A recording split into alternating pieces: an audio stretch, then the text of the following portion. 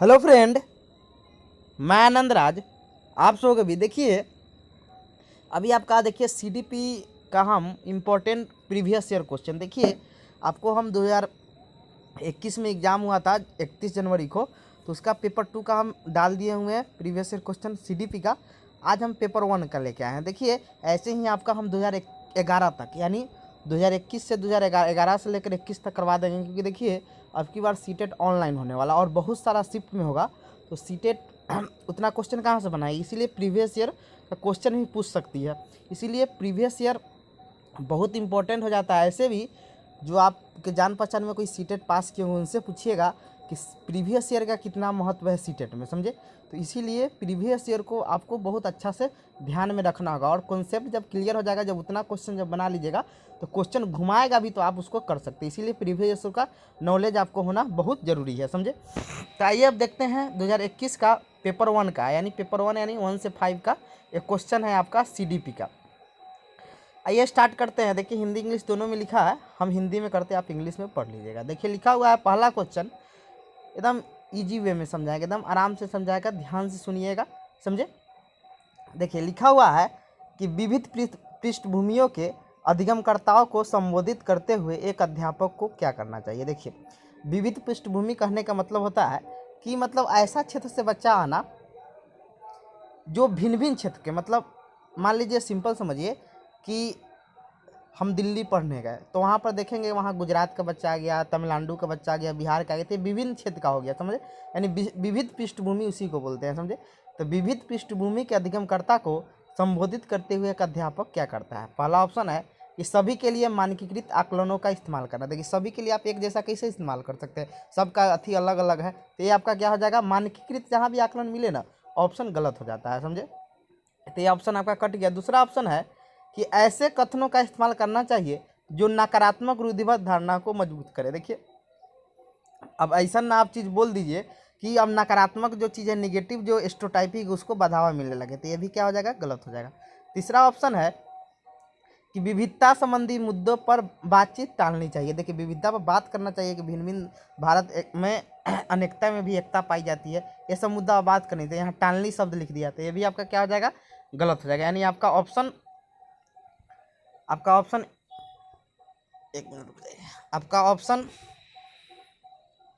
1 भी गलत हो गया, 2 भी गलत हो गया, 3 भी गलत हो गया, तो बच गया कौन, 4 नंबर। यानी विविध विन्यासों से उदाहरण लेना चाहिए, यानी draw example for diverse setting, यानी विभिन्न विविध मतलब कि बारे में पूछना चाहिए, कहाँ का क्या रीति रिवाज है, ये सब के बारे में पूछना है। तो वही कह रहा है विविध विन्यासों से उदाहरण लेने चाहिए, तो आपका 1 का 4 नंबर ऑप्शन हो जाए। देखिए सीटेट में आपको प्रीवियस ईयर ही महत्वपूर्ण होता है, और प्रैक्टिस जितना कीजिएगा उतना आपको ज़्यादा होगा। देखिए सीडीपी कर लेंगे तो उसके बाद ईवीएस और मैथ और हिंदी इंग्लिश ये सब पढ़ाएंगे, समझे। क्योंकि सीडीपी आपका मजबूत हो जाएगा तो 90 नंबर आपका मजबूत हो जाएगा, समझे। तो इसीलिए सीडीपी पहले मजबूत होना चाहिए। ये दूसरा क्वेश्चन है कि समस्या समाधान क्षमताओं को किस प्रकार सुसाध किया जा सकता है, यानी उसको बढ़ाया जा सकता है, समझे। तो देखिए पहला ऑप्शन है समरूपों के इस्तेमाल को बढ़ावा देकर। देखिए समरूप को होता है यानी एलागो में तो भिन्न भिन्न रूपों का प्रयोग करके, समझे। तो ये ऑप्शन हो सकता है, लेकिन चारों ऑप्शन पढ़ना चाहिए सीटेट में, समझे। दूसरा है विद्यार्थियों में डर की भावना पैदा, कि जहाँ भी डर, पुरस्कार, दंड, ये सब जहाँ भी शब्द मिले ऑप्शन गलत हो जाता है, समझे। तीसरा ऑप्शन है लगातार अभ्यास, अभ्यास भी जहाँ मिलेगा वो भी ऑप्शन कट जाता है। समस्या का हल है तो देखिए अटल, अटल मतलब होता है फिक्स होता है, तो जहाँ भी अटल भी मिले तो वो भी आपका क्या हो जाएगा, गलत हो जाएगा। तो बच गया कौन आपका ऑप्शन, ऑप्शन 1 सही हो जाएगा। इंग्लिश भी पढ़ सकते हैं। तीसरा क्वेश्चन है कि अधिगम कठिनाइयों से जूझते छात्रों की ज़रूरतों को संबोधित करने के लिए एक अध्यापक को क्या नहीं करना चाहिए। यहाँ निगेटिव आंसर देना है, क्या नहीं नहीं बोलना है।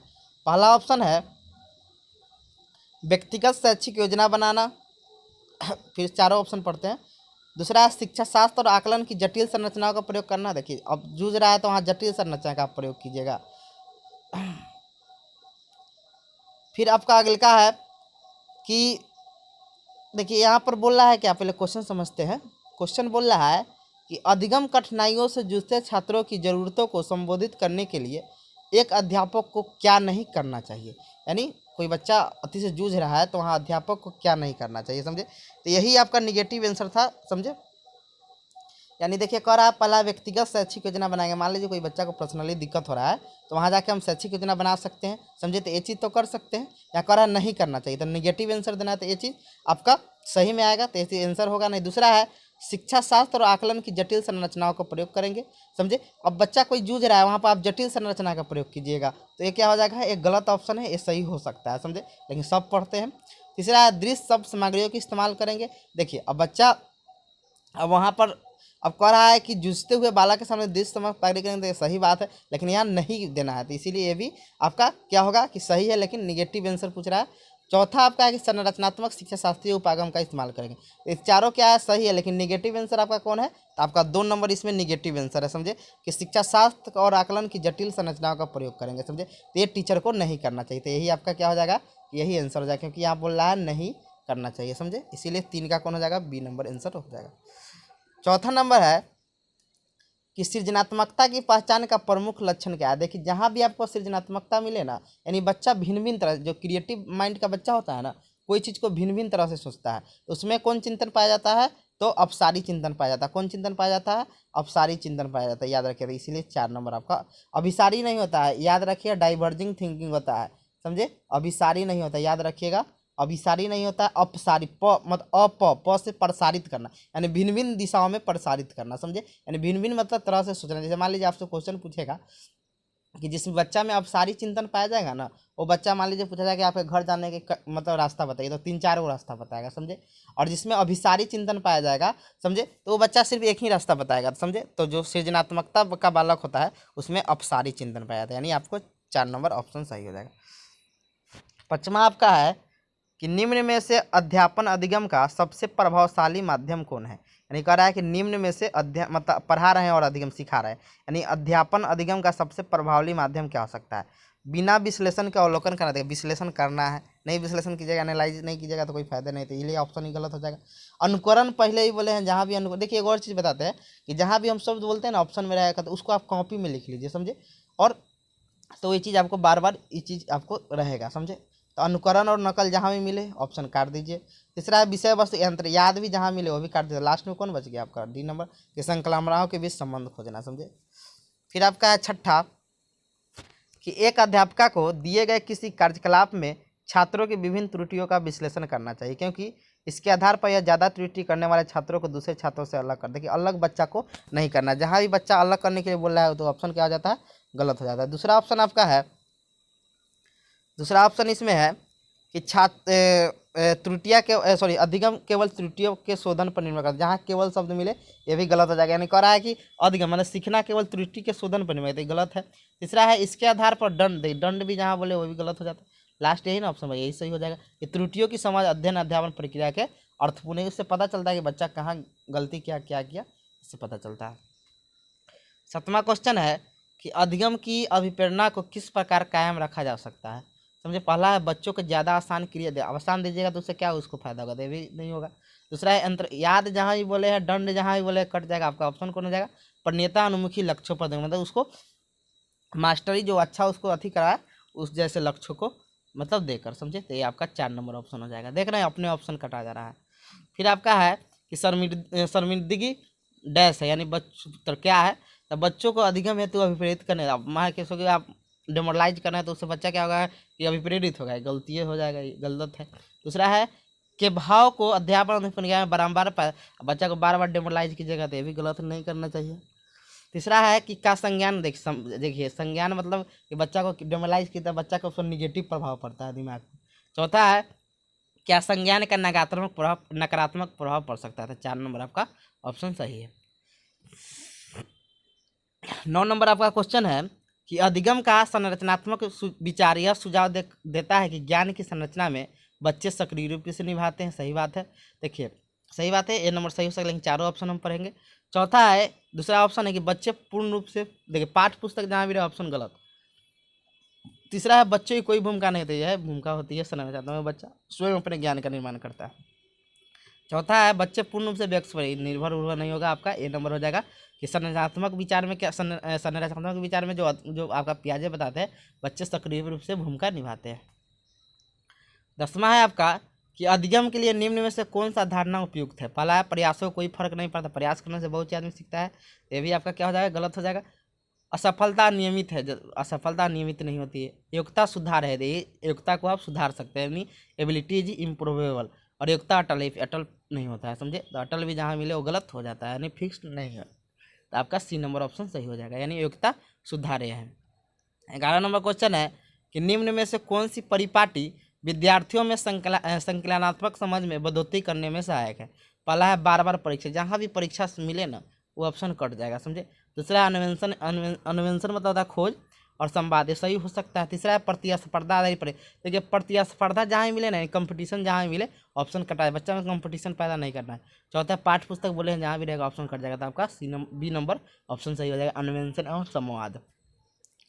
12 नंबर है कि बच्चों को सीखने में कठिनाई होती है जब अधिगम सामाजिक संदर्भ में हो, विषय वस्तु को बहुरूपों में प्रस्तुत करा है कि मतलब बच्चों को सीखने में कठिनाई कब होती है, तो अधिगम सामाजिक संदर्भ में हो तो बच्चा कठिनाई नहीं होता है, तो ये ऑप्शन आपका सही है। लेकिन पूछ रहा है कठिनाई होती है कब होती है कठिनाई, तो क्या लिखा है, जब सूचना क्या हो अलग अलग टुकड़ों में प्रस्तुत है, यानी उससे कोई रिलेशन ही नहीं हो। आप मान लीजिए आप पढ़ा रहे हैं फिजिक्स, एक में चल गए आप अथी में हिस्ट्री में, तो क्या सूचना अलग अलग है, तो उस समय तो कठिनाई होगा उसको सीखने में। बच्चा जब आंतरिक रूप से अभिप्रेरित रहता है तो अच्छा सीखता है। विषय वस्तु को बहुरूप में उसको छोटा छोटा रूप में प्रस्तुत कीजिएगा तभी बच्चा अच्छा सीखता है, उसमें कठिनाई नहीं होता। अधिगम सामाजिक संदर्भ तभी बच्चा को कठिनाई होता है, बच्चा को कठिनाई कब होता है, जब सूचना अलग अलग टुकड़ों में प्रस्तुत किया गया हो। तो इसीलिए आपका 3 नंबर इसमें क्या हो जाएगा, 3 नंबर इसमें आंसर हो जाएगा। फिर 13 नंबर आपका क्वेश्चन है कि अधिगम की सर्वोत्तम अवस्था कौन सी है। पहला है आपका संतुलित उत्तेजना, कोई भय नहीं। दूसरा है कोई उत्तेजना नहीं, कोई भय नहीं। तीसरा है उच्च उत्तेजना, उच्च भय। और चौथा है निम्न उत्तेजना और उच्च भय। तो देखिए जब अधिगम की सर्वोत्तम अवस्था कब बताया, बच्चा कब सबसे अच्छा सीखता है, जब संतुलित उत्तेजना हो और कोई भय नहीं, यानी ए नंबर आपका ऑप्शन हो जाएगा।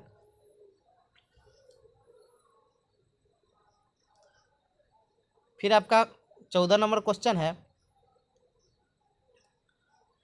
कि बच्चों के विकास की व्यक्तिगत विभिन्नताओं को किस पर प्रतिरूपित किया जाता है। जहाँ भी देखिएगा अनुमानसिकता एवं पर्यावरण रहेगा, दोनों प्रासंगिकता रहेगा, आंसर वही होगा, समझे। और देखिए केवल वाला ऑप्शन पहले ही बोले थे कट जाएगा, समझे। दोनों नहीं रहेगा तो बच्चा कुछ नहीं था, ये तो ऑप्शन नहीं कट जाएगा, तो आपका 2 नंबर सही हो जाएगा, समझे। 15 नंबर है कि एक कार्य के दौरान सेना स्वयं से बात कर रही है, वह कार्य पर किस प्रकार प्रगति कर सकती है। लेव वाइगोत्स्की के भाषा और चिंतन सोच के बारे में दिए गए विचारों के विषय में किस तरह का व्यक्तिगत वाक्य क्या दर्शाता है, समझे। तो देखिएगा आपका जो वाइगोत्स्की बताए थे, बच्चा जो देखिएगा 3 साल 4 साल का बच्चा रहता है, देखिए कोई खेल खेलता रहेगा तो उससे अपने बात करते रहता है, समझे। तो ये बताए हैं क्या होता है, प्राइवेट उसका लैंग्वेज होता है, प्राइवेट होता है, मैंने उसका निजी भाषा होता है जो स्वयं नियमन है, यानी सेल्फ रेगुलेशन होता है। और देखिए यही चीज़ को जो प्याजे बताते, यही चीज़ सेम क्वेश्चन आता है, मान लीजिए यहाँ प्याजे सिर्फ लिख देता, इसका आंसर क्या हो जाता है, आत्मकेंद्रिता हो जाता है, समझे। आइए बात है 16 नंबर। 16 नंबर क्वेश्चन है कि मूल्यांकन पद्धतियों का लक्ष्य होना चाहिए। पहला है विद्यार्थियों की जरूरत एवं आवश्यकताओं की पहचान करना। दूसरा ये हो सकता है, दूसरा सब चारों ऑप्शन हम पढ़ेंगे, समझे। दूसरा है पुरस्कार, देखिए पुरस्कार जहाँ भी रहे ना ऑप्शन काट दीजिए। विद्यार्थियों को नामित करना, देखिए अब टेस्ट ले रहे हैं, उससे बच्चा को हम नामित करें तुम तेज होत है, ये सब नहीं करना है, ये भी गलत है। योग्यता आधारित जहाँ भी रहे वो भी कट जाएगा, तो आपका ए नंबर ऑप्शन हो जाएगा। कि मूल्यांकन करने का मेन उद्देश्य क्या है कि विद्यार्थी की जरूरतों एवं आवश्यकताओं की पहचान, क्या उसकी ज़रूरत है, इस सब चीज़ का पहचान करना है।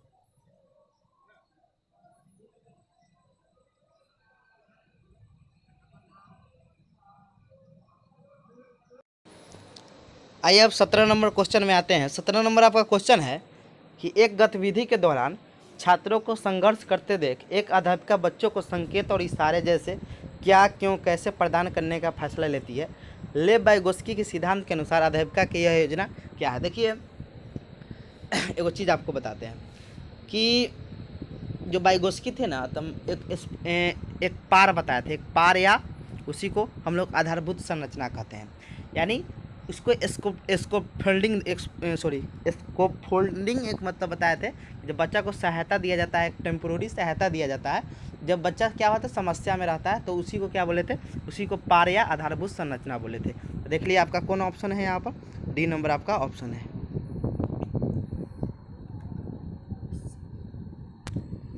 अब आइए अगले का क्वेश्चन है 18 नंबर कि एक खेल क्रिया के दौरान चोट लगने पर रोहन रोने लगा। यह देख के उसके पिता ने कहा, लड़कियों की तरह व्यवहार न करो, लड़के रोते नहीं हैं। पिता का यह कथन क्या है? देखिए जरूरी है, दोनों में इमोशन होता है, लड़का लड़की दोनों में इमोशन होता है, तो समझे। तो इसमें क्या है कि एक लैंगिक रूढ़िवादिता को दर्शा रहा है, समझे। ये किसको दर्शा रहा है? एक लैंगिक रूढ़िवादिता को दर्शा रहा है। 19 नंबर आपका है कि एक प्रगतिशील कक्षा में ज्ञान की संरचना के प्रमुख मौके प्रदान करना चाहिए। दूसरा है विद्यार्थियों को उनके अकादमी, देखिए अंक जहाँ भी मिले ना ऑप्शन काट दीजिए, सोझे ऑप्शन काट दीजिए बिना देख ले। तीसरा है अटल पाठ्यक्रम, हम बोले जहाँ भी रहेगा वो भी काट दे। अटल मतलब फिक्स होता है, बच्चा प्रगतिशील कक्षा में मतलब उसके लचीला होना चाहिए, यहाँ पर लचीला रहता तो आंसर हो जाता। चौथा है प्रतिस्पर्धा, ये भी गलत हो जाएगा, आपका ऑप्शन कौन हो जाएगा? ए नंबर ऑप्शन हो जाएगा। 20 नंबर है लॉरेंज कोहलबर्ग के सिद्धांत के अनुसार किसी कार्य को इसीलिए करना क्योंकि दूसरे इसे स्वीकृति देते हैं नैतिक विकास के डैश चरण को दर्शाता है। देखिए 3 चरण बताए हुए थे। आपका पहला जो चरण था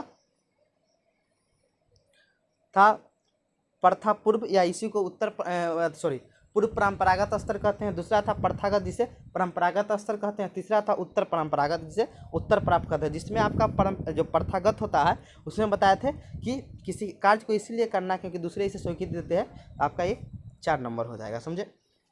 21 नंबर आपका है कि बच्चों के समाजीकरण के संदर्भ में निम्न में से कौन सा कथन सही है? पहला है समकक्षी, देखिए होता है पीर, यानी जो समान कक्षा का, तो उसे पूर्व बोला जाता है। तो ये कह रहा है कि समकक्षी सामाजिकरण। देखिए प्राथमिक में आप दो ये चीज़ याद रखिएगा। देखिए प्राथमिक में आप याद रखिएगा परिवार और याद रखिएगा उसके आसपास, यानी उसके चाचा चाची, ये सब ये प्राथमिक आएंगे, बाद बाकी सब द्वितीयक में आता है, समझे। तो आपका दो ये चीज़ ज़्यादा पूछता है, एक आपका पूछेगा विद्यालय वाला द्वितीयक में और परिवार प्राथमिक है, समझे। इसीलिए याद रखिएगा कि समकक्षी सामाजिकरण के प्राथमिक कारक है और परिवार सामाजिकरण का द्वितीयक कारक है, समझे। तो गलत दिया हुआ है क्योंकि प्राथमिक दिया समकक्षी, समझो बच्चा समकक्षी कब जाता है? स्कूल में जाता है, ये गलत हो जाएगा। फिर परिवार द्वितीयक दे दिया है, तो आपका ऑप्शन ऐसा ही क्या हो जाएगा? कट जाएगा, समझे। दूसरा ऑप्शन है परिवार एवं जनसंचार दोनों, देखिए सामाजिकरण का द्वितीय है, भी कट जाएगा, परिवार प्राथमिक होता है। तीसरा है विद्यालय सामाजिकरण का द्वितीयक कारक है, परिवार सामाजिकरण का प्राथमिक, ये सही है, ठीक है। विद्यालय सामाजिकरण का एक प्राथमिक कारक है और समकक्षी सामाजिकरण के द्वितीय कारक है, समझे। तो ये उल्टा दे दिया है, इसीलिए ये गलत हो जाएगा, आपका 3 नंबर सही हो जाएगा।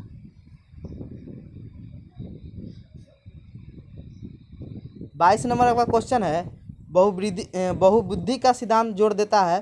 देखिए बहुबुद्धि का सिद्धांत हार्वर्ड गार्डनर दिए हुए थे, बोले थे बुद्धि भिन्न भिन्न प्रकार के होते हैं। 9 पहले 7 प्रकार बताए थे, फिर 8 दिए, फिर 9, यानी अभी जो बहुबुद्धि बताए थे वो 9 प्रकार के, समझे। तो वही क्वेश्चन है कि बहुबुद्धि सिद्धांत जोड़ देता है कि बुद्धिमत्ता की विभिन्न दशा है, यानी सही बात है कि बुद्धिमत्ता के क्या है? विभिन्न दशा, यानी विभिन्न प्रकार के होता है। ये सही हो सकता है। बुद्धिमत्ता में कोई व्यक्तिगत विभिन्नता नहीं, गलत बात है। व्यक्तिगत विभिन्नता होता है भाषा के है, भाषा बुद्धि है, स्थानिक बुद्धि है, सब विविधता है, समझे। बुद्धि लब्धि केवल बोले हैं, जहाँ भी रहे काट दीजिए। एक आयाम में बुद्धिमत्ता अन्य सभी आयामों से बुद्धि नहीं, ये गलत बात है, सबका अलग अलग है। तो आपका 1 नंबर सही हो जाएगा। 23 नंबर आपका क्वेश्चन है कि जीन पियाजे के संज्ञानात्मक विकास के सिद्धांत में पूर्व संक्रियात्मक अवस्था में विकास का मुख्य गुण क्या है? यानी पूर्व संक्रियात्मक अवस्था आपका 2 से 7 साल होता है। कितना होता है? 2 से 7 साल होता है। उसमें क्या होता है? देखिए परिकल्पित निगमनात्मक सोच आपका चौथा का है, यानी चौथा अवस्था जो होता है अमूर्त, या उसी को बोलते हैं औपचारिक संक्रियात्मक अवस्था, उसी का है। तो ये आपका होगा नहीं, ये कट गया। संरक्षण और पदार्थ को क्रमबद्ध करने की क्षमता, ये आपका तीसरा अवस्था होता है, मूर्त संक्रियात्मक अवस्था में होता है, ये भी आपका कट जाएगा। अमूर्त सोच का विकास, ये भी आपका चौथा अवस्था का है, ये भी कट जाएगा। और ये आपका बच गया विचार या सोच में केंद्रीकरण, या बच्चा एक एक विचार को केंद्रीकरण करता है, यानी ईगो सेंटर्ड होता है, यानी समझे, यानी बच्चा को सेंट्रेशन का गुण पाया जाता है, वो आपका दूसरा में होता है, यानी आपका 4 नंबर 23 का क्या हो जाएगा? 4 नंबर हो जाएगा। फिर लिखा है 24 कि विकास के संदर्भ में निम्न में से कौन सा कथन सही है? पहला, विकास केवल बाल्यावस्था के दौरान होता है, एकदम केवल बोले हैं, जहाँ भी ऑप्शन में मिले ना एकदम आंख मूंद के काट दीजिए, समझे। दूसरा का विकास बहुआयामी होता है, यानी मल्टी डायमेंशनल होता है, सही हो सकता है। तीसरा है आपका, विकास की दर सभी संस्कृतियों में सभी के लिए समान है, जरूरी नहीं है, अमेरिका का बच्चा का विकास अलग होता है, बिहार के बच्चे का अलग होगा, समझे। तो ये भी क्या होगा, गलत हो जाएगा। विकास केवल, जहाँ केवल है ऑप्शन 2 नंबर आपका हो गया, विकास बहुआयामी होता है। 25 नंबर क्वेश्चन है कि लेव वाइगोस्की का सामाजिक सांस्कृतिक परिप्रेक्ष्य अधिगम प्रक्रिया में डैश के महत्व पर जोर देता है। देखिए जहाँ भी आपको मिले ना लेव वाइगोस्की, तो आप 3 वो चीज़ याद लिखिएगा, सोशल, कल्चर और लैंग्वेज, यानी सामाजिक, सांस्कृतिक और भाषा, जहाँ भी मिले आंसर वही होता है। देख लीजिए सांस्कृतिक उपकरण, जहाँ भी ऑप्शन है 3 नंबर आपका सही हो जाएगा। 26 नंबर क्वेश्चन है, जीन ब्याजे अपने संज्ञानात्मक विकास के सिद्धांत में संज्ञानात्मक संरचना को क्या नाम दिया है? यानी संरचनात्मक संरचना जो होता है, कॉग्निटिव जो स्ट्रक्चर होता है, उसको क्या कहे हैं? तो स्कीमा या मनोबंध कहते हैं। बी नंबर आपका आंसर हो जाएगा, समझे।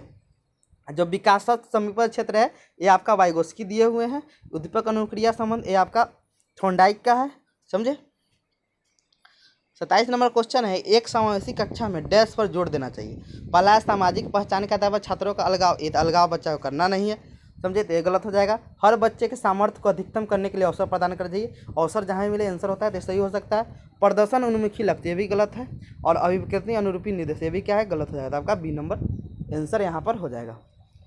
फिर है 28 नंबर है, दिव्यांगन अधिकार अधिनियम 2016 के अनुसार निम्न में से किस शब्दावली का प्रयोग उपयुक्त है? यानी बच्चा कह रहा है कि जो दिव्यांगन अधिकार अधिनियम दिया गया है, इसमें विकलांग निम्न में किस शब्दावली के लिए प्रयोग उपयुक्त है? पहला है छात्र जिसे शारीरिक दिव्यता है। दूसरा है कि छात्र जिसका अशक्त शरीर है, ये बोलना नहीं है, बच्चा को अशक्त मतलब खराब शरीर नहीं बोलना है, तो दूसरा गलत है। तीसरा है मंदिर छात्र भी नहीं बोलना है, कि रिटायर्ड स्टूडेंट नहीं बोलता है। विकलांग छात्र तो बोलिए नहीं सकते, तो आपका बोल सकते छात्र जिसे शारीरिक विकलांगता है, दिव्यांगता है, तो ये आपका 1 नंबर सही हो जाएगा। फिर आपका 29 नंबर क्वेश्चन है कि जन्म से किशोरावस्था तक बच्चों के विकास किस क्रम में होता है? देखिए पहला ऑप्शन आपका है कि मूर्त अमूर्त सांदर्भिक। देखिए आपको मालूम होगा पियाजे का आपको संज्ञानात्मक विकास का अवस्था याद होगा, तो पहले क्या होता है, संवेदिक होता है, बच्चा सेंसरी से पहले सीखता है। तो देख लिए करा जन्म से बोल रहा है, तो संवेदिक जहाँ देखिए वही आंसर हो जाएगा, संवेदिक, उसके बाद फिर मूर्त, तब अमूर्त, आपका 3 नंबर ऑप्शन हो जाएगा। फिर आपका 30 नंबर क्वेश्चन है कि एक प्रगतिशील कक्षा में व्यक्तिगत विभिन्नता को किस प्रकार देखा जाता है? पहला है योग्यता, देखिए आप पहले बताएंगे योग्यता जहाँ भी मिले वो क्या होगा, ऑप्शन गलत हो जाएगा। दूसरा है अध्ययन अध्यापन प्रक्रिया की प्रयोजना के लिए ये हो सकता है।